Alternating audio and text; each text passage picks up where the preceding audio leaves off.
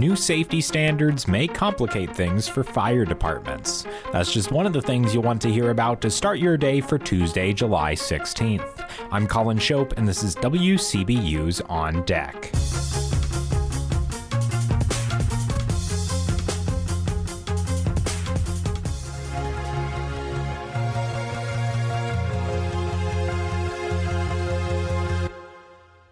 First on deck, about 200 runners, roughly half of them from Central Illinois, set off for Memphis, Tennessee today. After arriving in Memphis, they'll come right back to Peoria on foot. They cover almost 500 miles in 8-hour relay-style chunks, all for St. Jude Children's Hospital.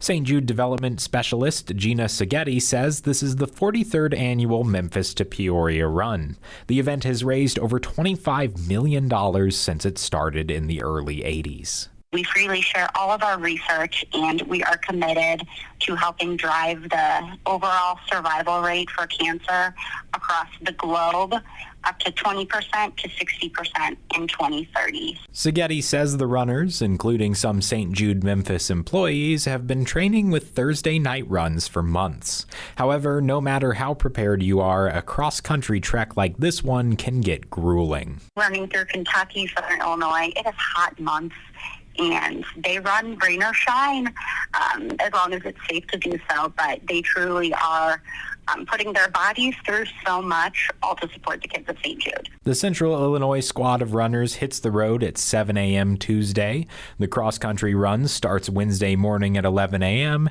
and they're expected to arrive Saturday afternoon back in downtown Peoria. Here are some other stories we're following in the WCBU newsroom. The Illinois Comptroller's Office is making more than $400 million in pension prepayments this month. And after a dangerous heat index approaching 110 degrees to start the week, cooler and less humid conditions are expected in the Peoria area through the weekend. Plus, Democratic state lawmakers are touting a balanced fiscal year 2025 budget, but there's still a major structural deficit over the longer term. You can find more of these stories and all the details at WCBU.org. The federal agency that oversees workplace safety is proposing an update to the standards governing fire departments. While the changes aim to protect emergency responders, some tri-county fire chiefs are concerned the new requirements may place additional burdens on smaller departments that are already facing challenges.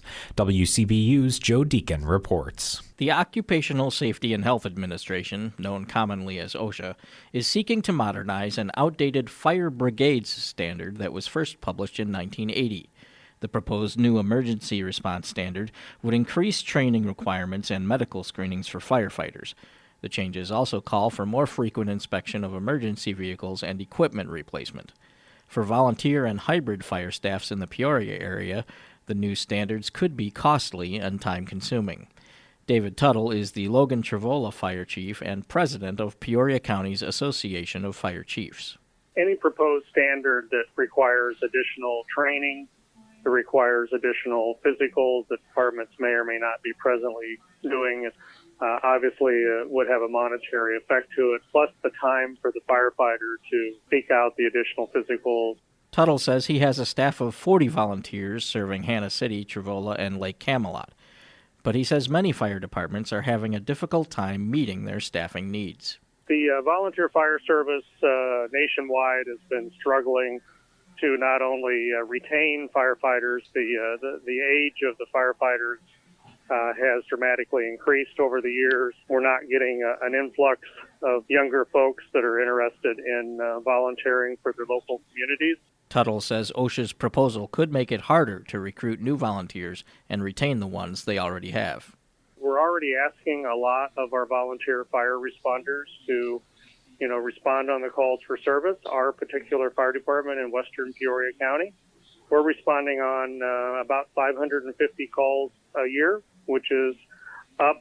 In the last 40 years, it's went up almost 450 calls. So the demand for service is great. Under the proposed standards, fire departments would need to replace firefighting gear every 10 years.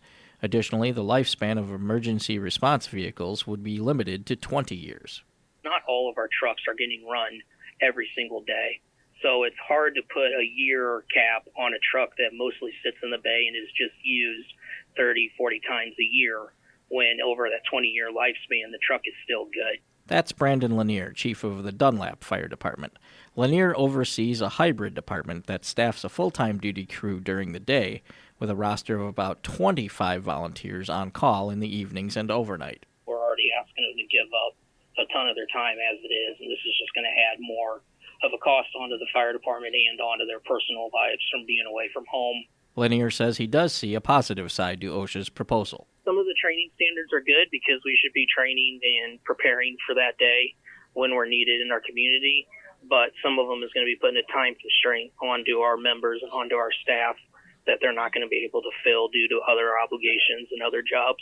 William Reese is chief of the Schaeferville Fire Protection District, the smallest district in Tazewell County. He says while he appreciates the desire to make things safer for everyone, it could come with unintended consequences. We continue to add more and more that is hard for people to meet between work schedules, life balance, and the fire department requirements.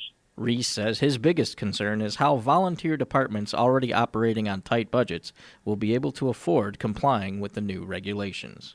Unfunded mandates, any additional, requirements on cost are where I'm going to have the most struggle. We'll figure out how to get people trained appropriately, because my responsibility as chief is to make sure that they're performing the jobs to the best possible standard and in the safest possible way. So meeting that standard, we'll figure out a way to get it done. It's the cost that is going to be the hard part. The proposed changes have been published in the Federal Register and are currently in a comment period that has been extended until next Monday. For WCBU's On Deck, I'm Joe Deacon. Now, before we let you go, tonight is a regular meeting of the East Peoria City Council. Those meetings are in council chambers on West Washington Street at 6 p.m. And that's all for today. You can subscribe to WCBU's On Deck podcast on the NPR app, Apple, or Spotify.